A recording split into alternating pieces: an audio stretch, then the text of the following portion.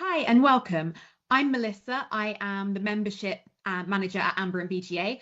And today I am delighted to be joined by our three guests, the co-authors of the best-selling book, Personalities Remixed, Mark Wilkinson, Lewis Senior, and Paul Grant. Before we dive into the book, I'd love for each of you to introduce yourselves and perhaps share a bit about your backgrounds, starting with Lewis. Yeah, hi. I have the privilege of being the CEO of Equilibria, a company we started in 2004, having had a background in oil and gas for about 30 years previous to that. Paul, who's obviously on this call as well, and myself, and a couple of other people decided it was time to go on our own and share our personality diversity technology with the world, and we've been doing that ever since. My e-colors are yellow-red, which is something I'm sure people will learn about as we go forward. And really looking forward to this opportunity to share what we do with the world today. Thank you. Great, thank you. And Paul? Yeah, hi, my name's Paul Grant. My colors are red over green. And yeah, my background was historically I was in the oil and gas industry. And then as Lewis mentioned, we decided to start Equilibria over 21 years ago. And it's been a fantastic journey that you can read more about in the book. Looking forward to the call. Thank you. And Mark? Thank you, Mellissa. Hi, everyone. Yeah, my name's Mark Wilkinson. I'm a director of Equilibria and a coach. I'm an author of 3, soon to be 4 books, including Personalities Remixed, and a serial entrepreneur. My e-colours are also yellow and red, big socialiser, a big doer. I'm a chartered member of Arch and a fellow of the Institute of Leadership, and yeah, really pleased to be here with my fellow co-authors and your good self, Mellissa. Thank you. So for those who are completely new to the concept, could you kind of describe the core idea behind Personalities Remixed and what sparked the idea to write the book together? Paul? Yeah, the book really tells the story of how we started Equilibria 21 years ago, and you know how we started in the oil and gas industry, and then started to work in many other industries such as education, healthcare, anywhere where there's people working is where we utilize the personality diversity tools. Okay, great. Mark, Lewis, do you have anything to add to that? Yeah, I think it's worth mentioning about the e-colours themselves. I'd love Lewis to give a little bit more background as well around actually how it started. But with the e-colours, we've broken personality diversity into 4 distinct colours that are very easy to understand. In fact, our youngest people that we work with are 7 years of age, which I don't think any other personality diversity tool can ever claim to the best of my knowledge. But certainly, you know, we all have a makeup of these things within us as percentages. The red side of ourselves is the doer, where we get things done. The yellow is the socializer, where we like to engage and be around other people. The blue is more about our empathy and our relator, and the green percentage of our personality is the thinker and the data, the analytical side. So we all have a makeup of this. Most people tend to lean towards their top 2 e-colours, and that is where we've created our research over the last 20 plus years by asking people, you know, when they do our questionnaire, asking them amazing questions. And the very first question was how you could get hurt based on your personality style, which leads me neatly to Lewis and the story of how that came about. So yeah, so Mark's absolutely right. Just to give you a little bit of background, so having spent the years in oil and gas that we did, got to a point where I finished off as HSC Health and Safety Manager for the largest drilling contractor in the world. I started to realize that we were missing something because we were still hurting, maiming and killing people, and I could not put my finger on it until we really got the opportunity to start trying to understand. So what would it mean for somebody with a different personality? How would they, you know, manage risk? And that was really the start of something really interesting. So we started with how could I get hurt? Then we looked at things around what makes it difficult to have a safety conversation or be able to speak up. Then we looked at why people do and don't follow procedures. And over the years, we've just further developed multiple different ways of looking at why people do what they do in the moment that they do it, assuming it makes sense to them at the time. And so relative to people's personality is how they approach life. So I'm sure for the people that are in your organization as, you know, students who are moving or maybe have already moved into the work world or about to, being able to understand themselves and the people around them makes a huge difference. Yeah, absolutely, absolutely. Well, I took the assessment recently, and I'm yellow over red, which I believe means I'm the doing socializer. And this is so incredibly accurate, kind of painfully so. So, firstly, I'm wondering kind of what are the key things I should understand about myself, or kind of yellow over red in general when connecting with others? And I suppose more broadly, how can people use their own e-colors to collaborate more effectively with different personality styles? Lewis. Okay, so it's a very interesting question. I've literally just come off a train the trainer that I was working with some teachers in Singapore this morning, actually a school that have been using the e-colors for 9 years now. And the last two people who I validated this morning, one was predominantly blue-green, who tend to be very steady paced, like lots of information, like lots of detail, like to do basically one thing at a time. And then the other person was predominantly yellow-red, Mellissa, so somebody with the same e-colors as yourself. Optimistic, fast-paced, probably sees a lot of things in pictures rather than the written word, if you like. And so understanding how to get the best from that relationship or be able to communicate with each other in a way where both come away in a kind of win-win situation is fundamental. And so what you find is, you know, our book is very much around, first of all, around self-awareness, because understanding yourself and what are the intricacies of becoming somebody who's predominantly yellow-red, like you say, and then understanding the other people around you. So, for example, I think you mentioned before that your husband may be of a different e-color combination than yourself. That's absolutely quite normal for a lot of people. My wife is predominantly blue-green. I'm also predominantly yellow-red. And by the way, you'll see us keep pointing to our wristbands because we developed what we call personal intervention a few years ago, and that has a pause and play button on it. And the whole idea is that for us who, like yourself, maybe get a bit of ahead of ourselves once in a while, we need to press pause and make sure that A, we've answered the questions we're supposed to be answering, and B, that we're not kind of outrunning people who need a little bit more time to think things through. Yeah, absolutely. And kind of thinking about the AMBA and BGA audience, if you were speaking directly to the students and graduates within our community, so these are people who will go on to lead teams, companies, possibly industries, what would you say is the most important personality insight they should take forward into their careers? I know that's quite a big question and it might be quite subjective, but we always ask our AMBA members to submit questions for our podcast, and that was the main question that I was asked. So I thought it would be quite useful to get your thoughts on that. Lewis? Okay, actually, I think it would be right. Probably Paul being predominantly red-green. Why don't we give him a shot to answer first, and then get different perspectives from the three of us? Yeah, no, yeah, Paul, that would be great. I think one of the takeaways, straight away, concerning that question is there is no right or wrong e-color combination. Every e-color combination brings something different to the table. So, if you're aspiring to be a CEO of a company, it doesn't matter what e-color combination you are. It's how you manage your e-colors is what's really important, and understanding both yourself and the people around you. I think Mellissa, just building on that, I was actually listening to a podcast on the BBC this morning, which I highly recommend, called When It Hits the Fan. I don't know if you're familiar with it, but it's by two PR experts. And what they were talking about, again, a lot of, some of the students you've got will probably go all the way to the top and become CEOs.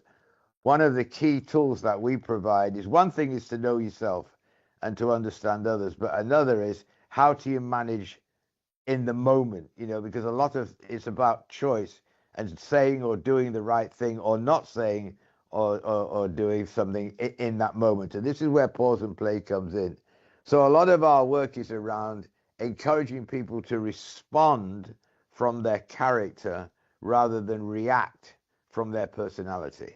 And if that's the piece of advice that I would give anybody going into the world, you know, at whatever level they're going to achieve, if they can respond, take a moment to think about what are the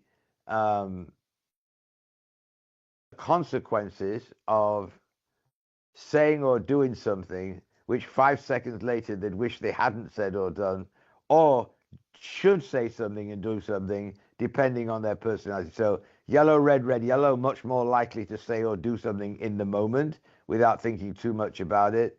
People who are blue, green, what we call predominantly blue, green, green, blue, those thinking relators, they may miss the moment because they don't say anything. And that's something that, you know, you see happen in life over and over again. I just want to mention something else, Mellissa. You said at the beginning, you know, your baby at 10 months old is just discovering or beginning to show a personality. And that's something that we really believe is you arrive in the world with your personality and your character will develop over a lifetime. And so we tend to react from our personality and respond from our character. And so anytime that your students get the opportunity to respond, that's probably the way to go. And if I may also build onto that as well, absolutely what the other guys have said, my personality style is always to jump in and interrupt. And I've had to really learn to hit my pause button and allow everyone else to have their moment in meetings and moments such as this as well. If you'd have done this 20 years ago, I might not have been as patient and as able to hit my pause button as I currently do. It's made me a better person, a better coach, you know, in general. So the big advice that I would suggest to people is know thyself and know others, which is essentially self and team awareness that we talk about in Equilibria and E-Colours. The intentional communication is very much more, you know, the response rather than the reaction, and being more intentional is how you're going to get the best results out of, you know, your friends, your colleagues, your loved ones, people around you. And the last thing I would suggest on this point is very much about, you know, we have a golden rule in life, don't we, which is treat people as you would like to be treated, which is very kind and very correct and is coming from a very good place. But as we've all discussed and you know has been discussed in other areas, so teeny tiny little bit incomplete when you think about the E-Colours, because if I walk around treating people how, you know, I want to be treated as a yellow red, I'm going to miss the opportunity to communicate with a lot of people that are not like me based on the 12 E-Colour personality styles that we have in our universe. So therefore, you know, my wife is very opposite to me. She's green and blue. And so, you know, I can't just go around treating her the way I would like to be treated because she has a totally different personality style. And once I'd kind of understood that, it just made me a better trainer, coach, communicator, etc. So those are really good, strong pieces of advice for anybody as they're going out into the world of their next steps of their career. That's great, thank you. And that's just made me think, we've just spoken about kind of you're born with a personality and that sort of develops over time. Do you think it's worth kind of, or do you recommend that people retake their E-Colours? Do they generally stay the same? Because I'm just thinking, I actually remember, and I've just remembered this, I did take my E-Colours a long time ago, which is when I did my first graduate job. And I think they're different to what they are today. So kind of, is it something, a core traits within us, or do you think it's something that could change and it's worth maybe retaking every few years? I think that as long as you can stay honest with yourself, because you know once you start to recognize how the process works, there's no point in manipulating how you want to turn out. But as long as you can be honest, yes. And there's definitely some people religiously take it every 6 months to a year. Again, depending on their personality.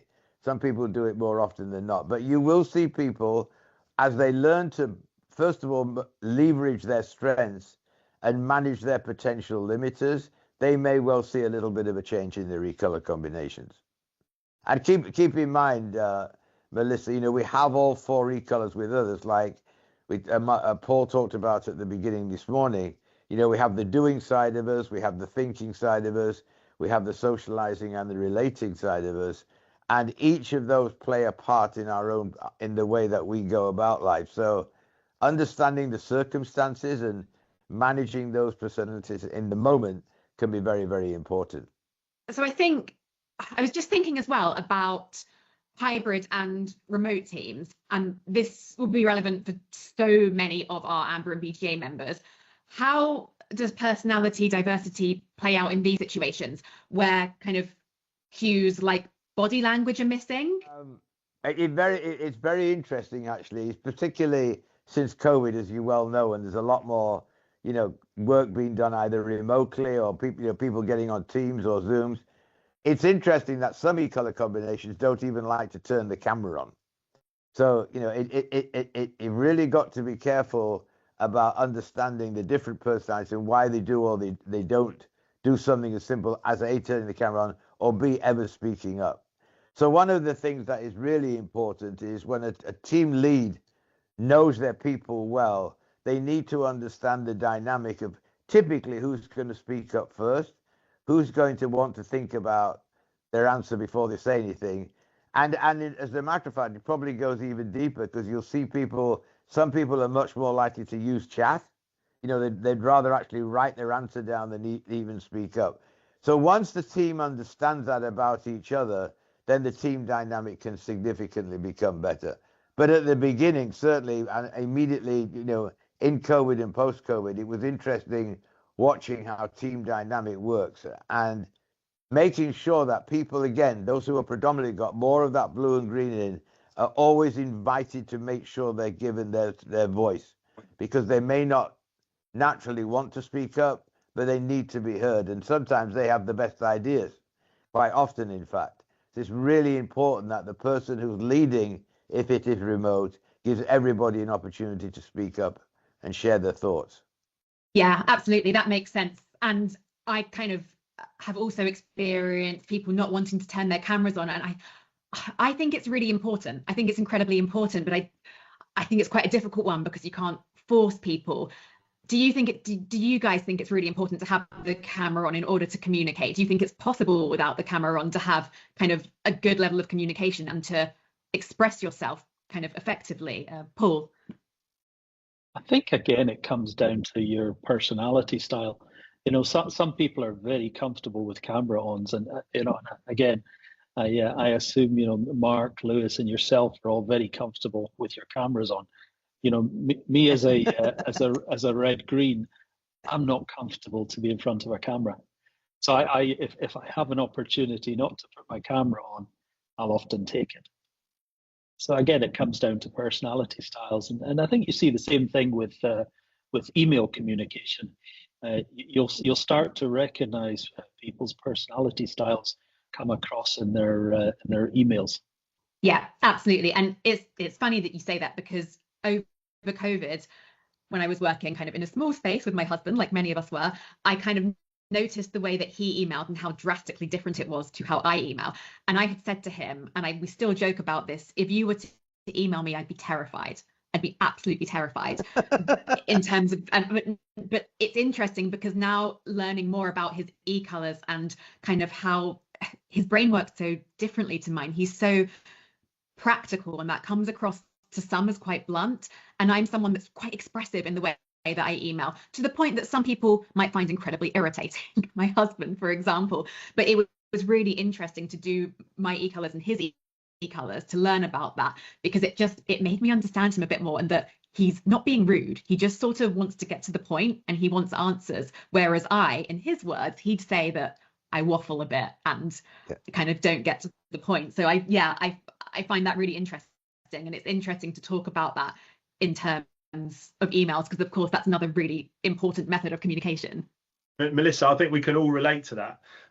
My wife is green and blue, and she would send me these huge, massive, long, detailed emails of all this stuff that she thinks I need to know. And I literally used to look at this thing and think, I was like, I can't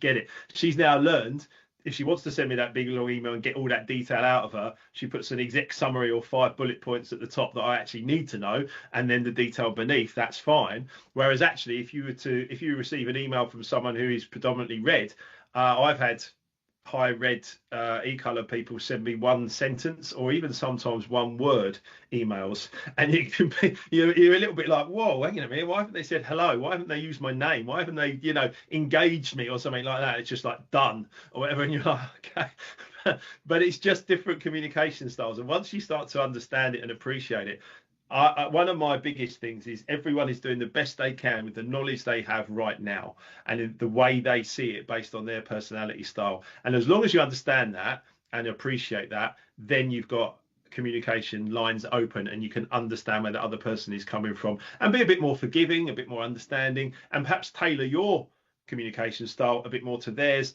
to sort of match them when it needs to be matched. And that would go for you and your husband, it would go for me and my wife, it would go for Paul and Lewis and all our loved ones and everything else. We've all got little stories about this, and it becomes very personal in a beautiful way to actually start to understand it. Yeah, absolutely. I think that's really good advice, because when I receive an email that's kind of a one word or one sentence, I can't help it. My brain immediately says, that person hates me. they absolutely hate me. So it's really we've had that really great advice. We've had that conversation many times over the years. In fact, one of our original partners, who unfortunately passed away a few years ago, I remember he once got an email from the head of HR, and who's predominantly green red. I'll never forget it.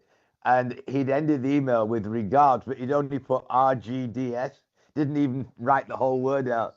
And our yellow red partner went, he just couldn't take it. Really upset him. And just, Mellissa, while I think about it, because you'd mentioned before, I think the other thing that is well worth pointing out, and I think Mark said it at the beginning, we do work all over the world. And what we find that, multiple times we'll get asked, are there other e-colors, certain predominant e-colors in certain countries? And it's always an interesting one, because at the end of the day, there are certain tendencies depending on the country and even regions in a country, which I think probably some of you people will be quite interested in. But what I think is well worth pointing out is, regardless of where somebody is in the world, people are people. And this is what our vision actually in Equilibria is: realizing potential. And our single core value is people first.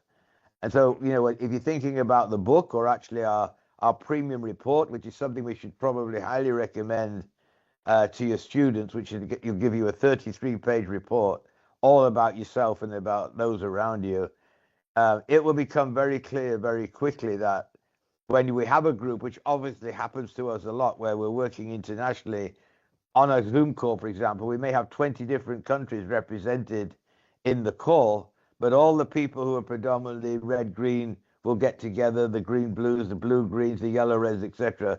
And then the tendencies and likenesses of that e-color group is quite phenomenal to experience. Yes, yeah, that's really interesting. And actually, sorry, go on. So Lewis, if you go on to our website to do your personality diversity indicator, how many different languages can people do the questionnaire in? I know, I'm to be honest with you, online, I'm not quite sure. I know at one point we had 29 different languages that we had it translated, because even in India, we had it to about 5 different dialects at one point. But to be off the top of my head, I honestly couldn't tell you, Paul. I'm not quite sure, but it's quite a few. It is a global, it's a global phenomenon. And when you see this up close and personal, as I've had the privilege to do in recent years, and becoming a co-author of this book, you can literally be in a room. I was in a room in Dubai recently with, Indian people, African people, European people, Asian people, you name it. And exactly what Lewis said, we do breakouts and experiential exercises, as well as the training, the coaching, the development. And I was sitting in a room of top color yellow people, not dissimilar to you, Mellissa, and me and Lewis. And these lads were 15-hour flight from my house, just going, yeah, I do that. Yeah, I'm really optimistic. Yeah, I'm really disorganized, and looking at the strengths and potential limiters. And actually, it becomes such a beautiful experience, and it brings people together like nothing I've ever seen. And for me, as a people person as well, that is such a joy. Yeah, no, that's brilliant. And as I mentioned, we have kind of a very, very global audience. And actually, one of the questions I have been asked by many of our students is, I live in this region and what are the predominant colours. But I think, as you say, I suppose it's quite a hard question to answer because, as you say, Lewis, people are people. That's sort of the most important thing. But I do have to ask, because I've been asked many times in the LATAM region, would you say there is a specific colour that sort of dominates? You mean, I didn't hear the question. Latin America, is that what you said? Yes. Okay. Funnily enough, it depends on the country. So I always tell you, we did a lot of work at one time in Brazil, and in a lot of workshops, we always used to tell people, whoever's last in the room has to sing a song. Everybody waited to be last in the room because they all wanted to sing a song. You try doing that in Aberdeen, you get a completely different response. But the predominant colors of the people we work with in Brazil were the same colors as the flag: yellow, green, green, yellow.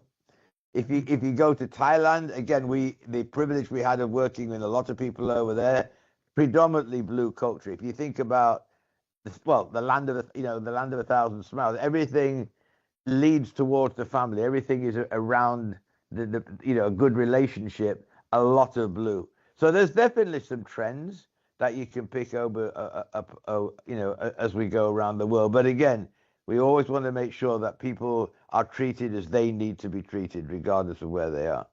And circling back to that, as Paul said at the beginning as well, there's no e-color combination that is better or worse than any other. We all have strengths and we all have potential limiters, no matter who we are. And you'll notice we say the word potential limiters, or those words potential. We don't call them weaknesses. Ultimately, it's a weakness if you think, oh, well, I'm stuck with it and that's just part of me. But a potential limiter, if you think about it, just even the wording is a coaching opportunity for someone to improve in an area of their lives that they would like to improve upon. And once you put it in front of people and you lay it out in front of them in a premium report and you give them this information, my background is DJing and music. I was resident DJ at Ministry of Sound when I was 25, and my first e-colors report as a yellow blue said, "You like people, music and parties?" And I was like, whoa, hang on. But and then it showed me all these strengths and all these potential limiters, and I was just like, this is incredible. And I remember the very first time I read it, I was like, everybody needs to know this. And that's been my mission for the last 15 years. And shortly after that, I was emailing Lewis and meeting him in Heathrow Airport and stuff like that, because I was just like, everybody needs to know this about themselves and others to make a high performing team, to make a safe team, to reduce errors, to have intentional communication, you name it. The research we've done is phenomenal, and we love to share it with as many people as we can. Yeah, there's absolutely. also Could you perhaps just talk a little bit more about the premium report and kind of how it will be useful for our AMBA and BGA members? Cool. Sorry, can you hear me okay? I was just going to say there's 19 different languages that you can do the questionnaire on our website. And the premium report itself. Fantastic. The premium report itself is a 33-page document based on your personality style, which will have an introduction to personality diversity to give you the overview. It will have your percentages from your questionnaire. So when you do your questionnaire, you answer with your natural tendencies rather than any developed things that you've got in your life. So if you just answer it naturally and honestly, you'll get percentages in each area. And then once you've got that, you can then work your way through the premium report. And we actually offer a premium report debrief session, which is a couple of hours of coaching to people, whereby they can fill out their own form, look at their own premium report, and then spend time with myself and or Lewis in order to. Lewis has just got a premium report there, I think. I've got me and my wife, so my yellow red report and her blue green report. There you go. Just in case we get mixed up after 45 years together. Well, Emma and I also read ours as well. In fact, I've actually got mine and Emma's here as well. There you go. Here's mine and Emma's, just to match up, Lewis. And Emma even put like different coloured backgrounds on them as well, just so that we know. But it's such a great document, and if you read it back and forth, you will never stop learning about yourself and personality diversity. There's even sheets towards the back of the premium report, very much about what we just said around body language, clues, when coaching and mentoring, when delegating, when praising. There's so many things that are in here in how to approach other personality styles as well as your own. And it's a beautiful guide. It's a fantastic guide. And I do 12 months to Remix Your Life Institute of Leadership accredited coaching. And the first 2 sessions are always an eColours Premium Report debrief, so that we understand the basis, the foundation of where we're going to go in the next 12 months in the coaching program, based on how we're going to communicate on eColours. It's as I say, it's the most powerful self-development tool, I think, and what we are sharing with people is that self-awareness and that open-mindedness to look at and improve. So I urge everybody to get it's a relatively inexpensive document, really, but it could potentially change your life once you sort of read it and understand it, and share it with your people around you as well. I often do that. I send, here's my report, have a read, what do you think? It helps. Yeah, that sounds fantastic. And I think, yes, sorry, Lewis. Sorry, I was just gonna, it just stimulated this is the whole yellow thing now. It just stimulated a thought. What Mark was saying there is, I'm sure a lot of your students must spend some time learning about, Daniel Goleman's work around emotional intelligence. And one of the things that, and I've seen it, I've spent quite a lot of time actually at INSEAD in France, which, as you know, provides a really interesting MBA program. And Goleman said it very well. You can be the most intelligent person in the room, but if you're not able to connect with other people, if you're not able to build that relationship, you're just never going to get as far as you'd like to get in life. And one of the things that we very much promote in our coaching is everything that we do through the lens of the eColours perfectly matches with emotional intelligence. And if you think it helps people, particularly as if they're moving from academia almost into the real world, you've got to make that connection, and this is one way to do it. Yeah, absolutely. Absolutely. I think something you mentioned as well, Mark, about answering the eColours very honestly and being very transparent is a really important point, because the first time I did it a long time ago, I definitely didn't. I definitely answered it in the way that I thought I should answer it. And it might have been because it was my first graduate job and we were all supposed to answer it, and I thought, oh, I need to answer it in this specific way. So I think the point that you've made, and also Lewis, around emotional intelligence, it's not going to be helpful unless it's answered honestly. But sometimes it's hard to be honest with yourself sometimes about the person that you are and how you would really react to situations. Even when I did it last week, there were elements that I found really hard to answer, because I kind of, oh, but I'm not any of these things, even though I know that I am. Of course I am, but I think it's so important to answer it honestly, to make the most out of it. But I do think that can be quite a hard thing to do as well, to be really honest with yourself. Agreed. Yeah, absolutely. Go on.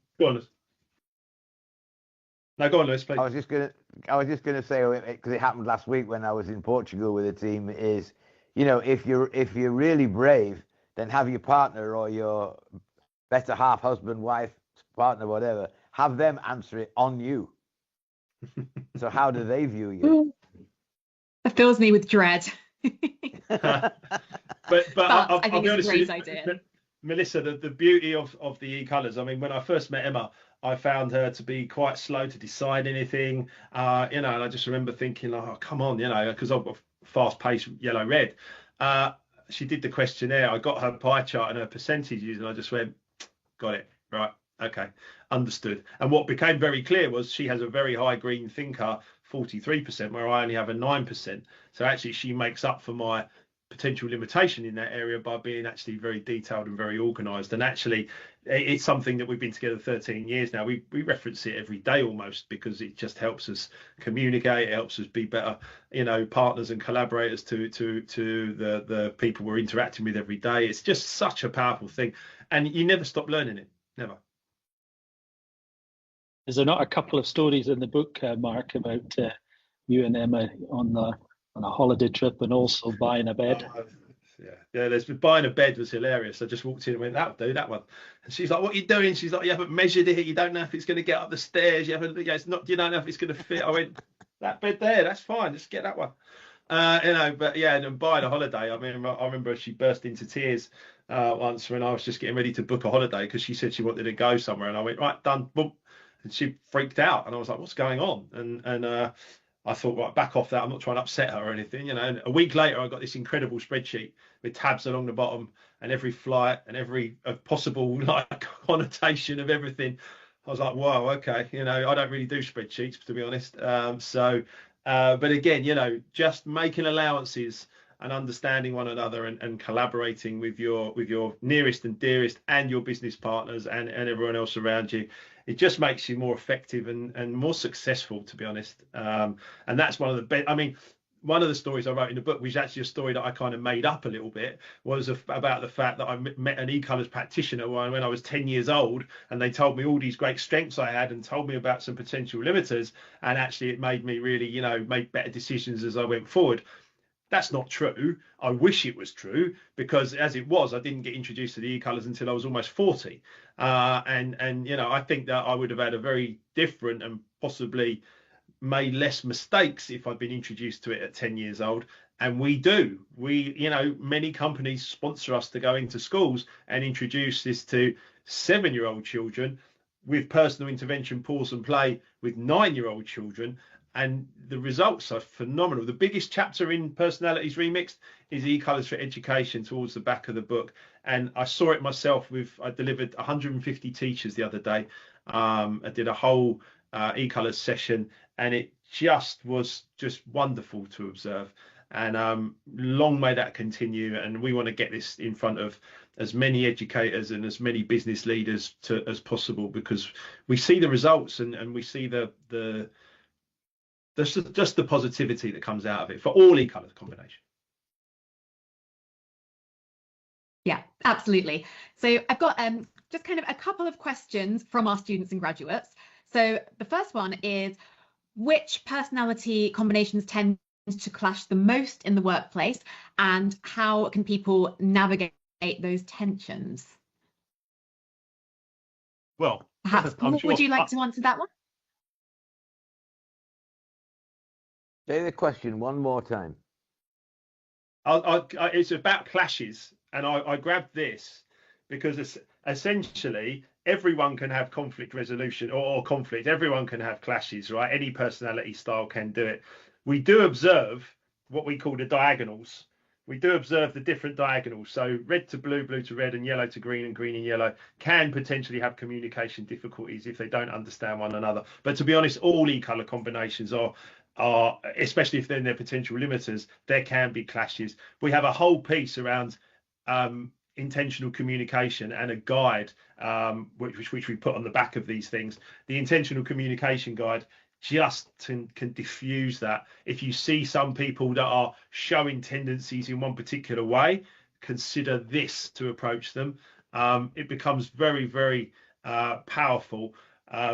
But certainly, more on the diagonals. If you've got a yellow who's Mr. Optimistic and, big picture and go and visionary, and you've got a Mrs. Green sitting there going, yeah, okay, but where's the detail of this and how are we going to do step by step by step? There's a potential conflict there. And that's me and my wife. But actually, the conflict resolution has taken care of that, because actually I will come in with a big vision and she will say, okay, all right, well, step by step, how. And as long as we understand that and we complement one another rather than conflict one another, success soon follows.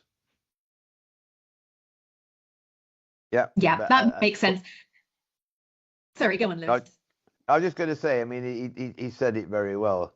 It's interesting. The clash will also, it can be two people of the same top color that will clash as well, because there are some e-colours who predominantly think they're right because they've thought it all through, they've gone through all the detail, etc., and they don't like to be wrong. There are other color combinations, if they're wrong, they're wrong. They really, it isn't going to ruin their life at all. But all of these things become more and more clear as people really dive in and start to understand the e-colours a lot better. I mean, Paul, I don't know if you want to add a perspective to this, but when we've done breakout sessions before, I've observed if you get a group of high reds all together, Uh, sometimes there can be quite a lot of conflict between the high reds, as an example, because they're all like, no, my way, my way, my way. And that, I mean, Paul, what do you think about that? No, absolutely. They all want to. It's. We used to say it's my way or the highway, and when you get a large number of reds, everyone's saying it's my way or the highway. So yeah, very much true. Yeah, absolutely. And then the final question that I had quite frequently, and I don't know, kind of based on everything we've discussed, it might be hard to answer because I suppose it depends what your e-colours are. But if our AMBA and BGA members could take just one action to kind of improve their communication or relationships using e-colours, what would you recommend? Lewis? I would recommend, first of all, that they find out what their e-colours are, get the premium report so they fully understand all of the innuendos about themselves, and then have an effort to understand others. Because I think Mark said it very well before, nobody goes out of the way, or not most people don't go out of the way to irritate or annoy other people. We can all do that quite naturally. And we've done a lot of work around how do we disrupt teamwork as individuals without even realizing we're doing it.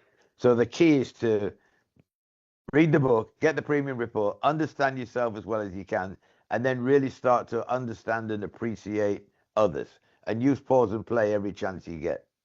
Exactly. I was just about to say, if you add in the personal intervention and the pause and play aspect, I have a tendency to take over meetings. I have a tendency to talk and talk and talk and be expressive, the hand gestures and movement, and I never realized that I wasn't making room for other personality styles, and how annoying I could be to other personality styles at certain times.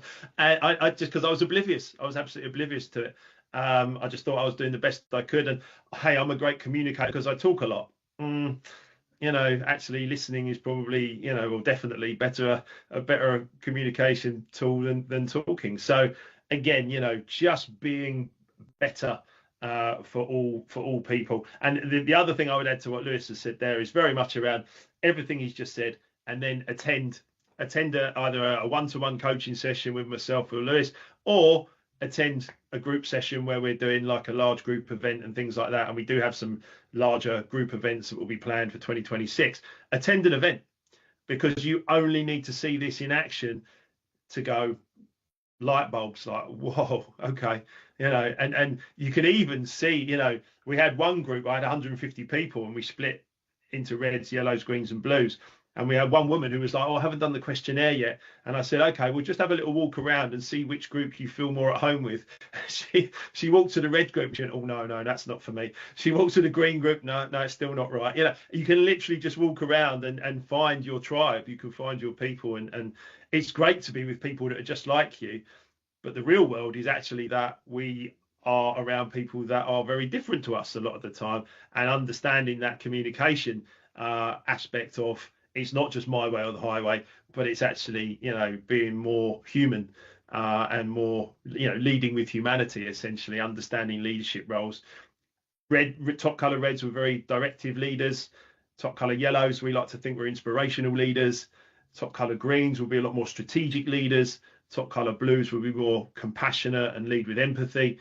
But we can all be leaders. It just depends on how we approach it. Yeah, absolutely. Would you have anything to add that, Paul? No, I think Mark summed it up very nicely. It's we can all be leaders. We just do it in different ways. Oh, well, that's great. Thank you. Thank you so much, Mark, Lewis and Paul, for sharing your expertise today. I'm sure our AMBA and BGA members will enjoy this discussion just as much as I did. We will, of course, leave a link to Personalities Remixed in the episode notes. But finally, if our AMBA and BGA members would like to connect with you or explore more of your work, where should they go?